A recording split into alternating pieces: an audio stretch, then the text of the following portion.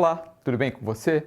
Meu nome é Márcio Moreira, eu sou professor da disciplina de Química da área de Ciências da Natureza e suas tecnologias.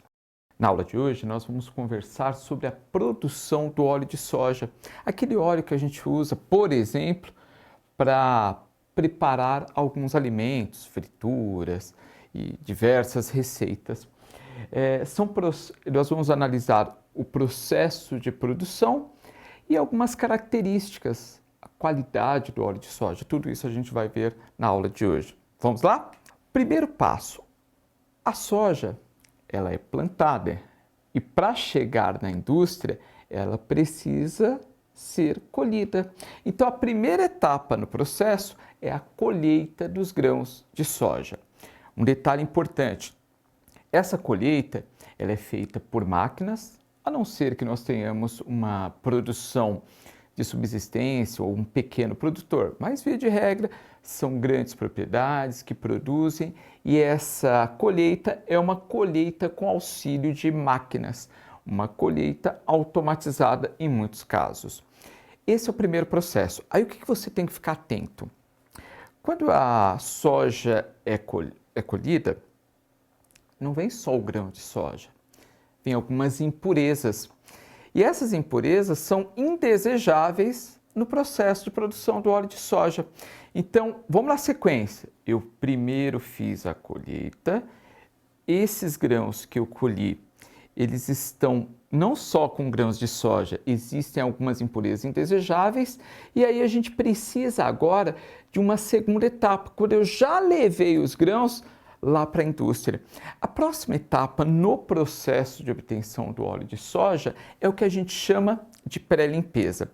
E aqui eu vou fazer um parênteses. Não sei se você se recorda, mas existem processos ou fenômenos químicos e processos ou fenômenos físicos. Processos químicos são as reações químicas, né? Um reagente se transforma em produto, por exemplo. A queima do álcool é um fenômeno químico, a queima do álcool. Agora, fenômeno físico. Fenômeno físico é quando não há formação de novas substâncias.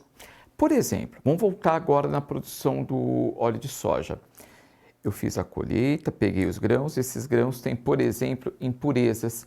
Eu vou separar essas impurezas. Isso a gente chama de pré-limpeza, a gente tira aquilo que a gente não precisa. Tudo bem? É semelhante àqueles métodos de separação de misturas que você já deve ter estudado. Lembra da catação, aquela separação manual? É um método de separação de misturas. Outro método bem interessante, que até dá para a gente fazer um link com o que a gente está vendo hoje, não sei se você já consumiu ou já observou no mercado, numa mercearia, numa quitanda. Existem algumas maçãs que são comercializadas até com alguns personagens infantis, que são maçãs bem pequenininhas. Será que lá na macieira tem uma macieira só com maçãs pequenas?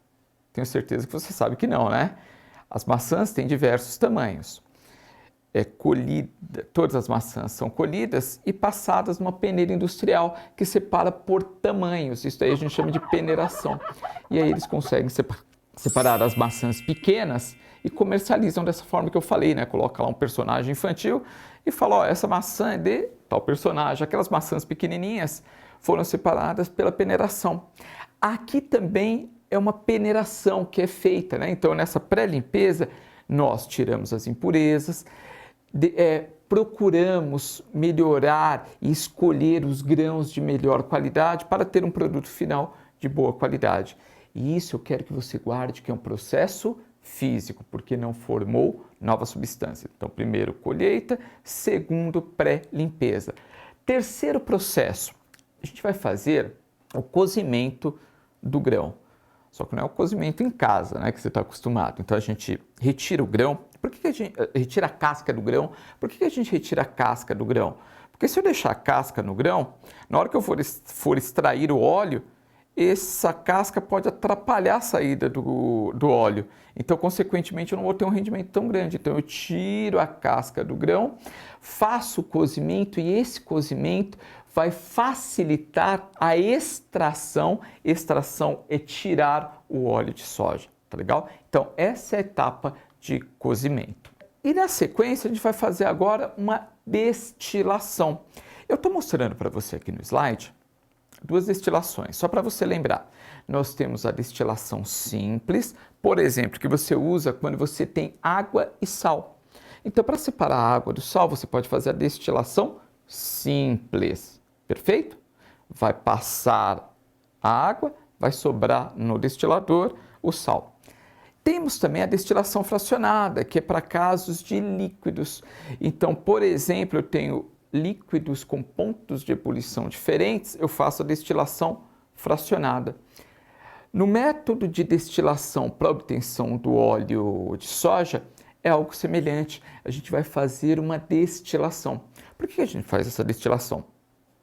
Muitas vezes no processo nós adicionamos solventes e esses solventes têm um ponto de ebulição diferente do óleo. Então, pelo método da destilação, eu consigo separar eventuais solventes que foram utilizados para a extração do óleo de soja, separar esses solventes do óleo de soja. Então, agora, essa etapa a gente chama de destilação. Tudo bem? É um método também de separação de misturas que nós estamos utilizando. E por último, já com óleo pronto, a gente vai fazer o engarrafamento para a distribuição.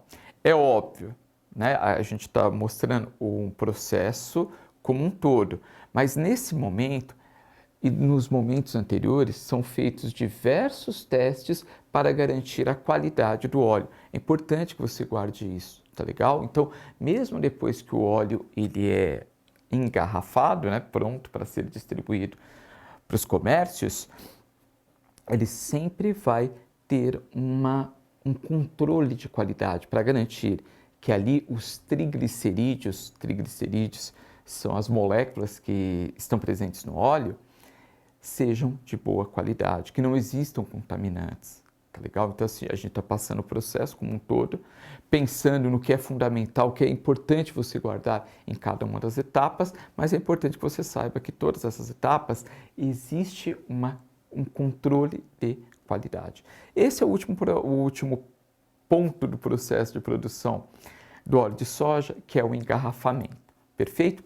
Eu mostrei no próximo slide para você uma molécula que a gente utiliza para dosagem da qualidade do óleo de soja, que é o ácido gama-linoleico. Quanto maior a porcentagem desse ácido no óleo, melhor é a qualidade. Ele é um dos parâmetros que nós utilizamos, existem outros, para garantir uma excelente qualidade do óleo de soja. Perfeito? Então, esse é um ácido. Eu vou só chamar a sua atenção que por que isso daí é um ácido? Ah, professor, eu não estou vendo H+. Está vendo H+, sim, ó. Está vendo lá na pontinha o C-OH? Isso é um ácido carboxílico. Ele libera o H+. Essa molécula é uma molécula insaturada. Por que é insaturada mesmo? Porque entre carbonos existe a presença de ligação dupla. Perfeito? Então, essa molécula é utilizada para garantir o controle de qualidade da substância do óleo de soja. E para gente finalizar nossa aula, vou passar um pensamento aqui. Não há plantas boas para comida que não sejam também para a cura.